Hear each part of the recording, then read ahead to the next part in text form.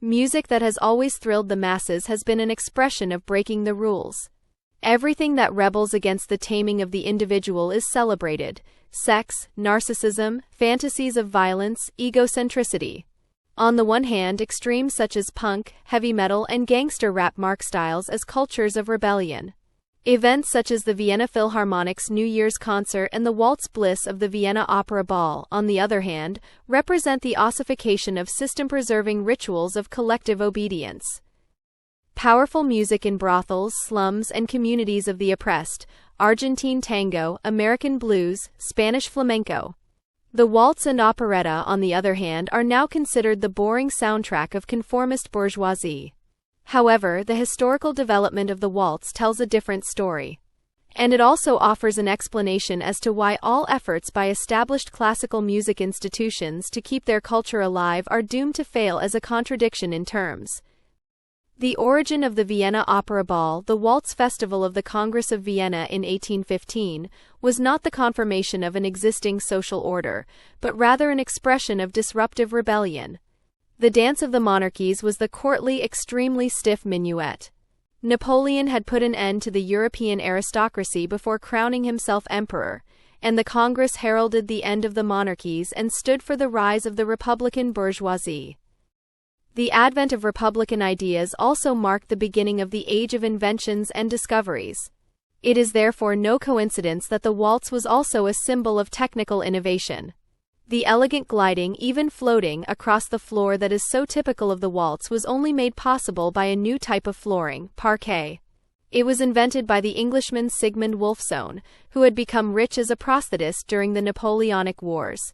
It was in his Apollo Hall in Zieglergasse that the reorganization of Europe was decided. A French Count, Lagarde, was the only one who, together with an unnamed German princess, made one last attempt to defend the courtly minuet. The Congress watched, applauded politely, but did not follow suit. The delegates from all over Europe danced the waltz of the newly self-confident bourgeoisie. In doing so, the Congress made a dance socially acceptable that was to monarchical Europe what the subcultures of rap and narcissistic pop are today: sensual rebellion and counterculture, which was promptly banned by the state and the church. The first evidence of waltz culture dates back to the 12th century. Thoinot Arbeau, a French chronicler of dance culture, notes in his standard work Orchesography, from 1589, what reputation the waltz had in his time. I leave it to you to decide whether it is proper for a young girl to take big steps and spread her legs. Another chronicler, Johann von Münster, was even more explicit in a pamphlet entitled A Godly Treatise on Ungodly Dancing in 1594. The waltz is a vulgar dance in which the dancers whirl around and the man lifts the woman up, touching her in inappropriate places, so that one might think that both would only find their way back to earth with broken bones, he writes. Baroque rock and roll? Jean Bodin Langevin was a lawyer and a notorious witch hunter of the time. In his 1593 treatise on the demon mania of sorcerers, he developed what today would be called a conspiracy theory. It is obvious, he writes, where the waltz is danced, namely among witches. As late as 1668, the poet and historian Johannes Praetorius warned in his Blocksberg Operations of 1668 that the waltz had been brought to Germany by witches from Italy and France. It was, he wrote, full of shameful, obscene gestures and lewd movements that led to murder, manslaughter, and monstrous births. Some dancers only escaped excommunication thanks to the intercession of level-headed clergymen, while others were less fortunate and had their passion cooled on the burning stake. The systematic clerical repression, the celibate crusade against couple dancing, was initially unstoppable. Its consequences seemed too dangerous. The guardians of morality at the time were unwilling and unable to recognize that music makes it possible to perceive aspects of one's own personality, even dark ones, and to develop a relationship with them without harming anyone. Music is therefore also a preferred means for adolescents to find their own emotional identity.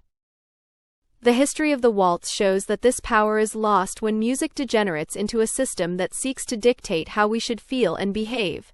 Contemporary classical music culture, however, claims disruptiveness merely as a chic party gag of the jeunesse dorée. At its core, it is system-preserving, orchestrated by the system's financiers, the banks, star architects, and the luxury goods industry. All efforts by classical music institutions, orchestras, opera houses, and music colleges to preserve their culture are therefore doomed to failure. Relevant music is disruptive.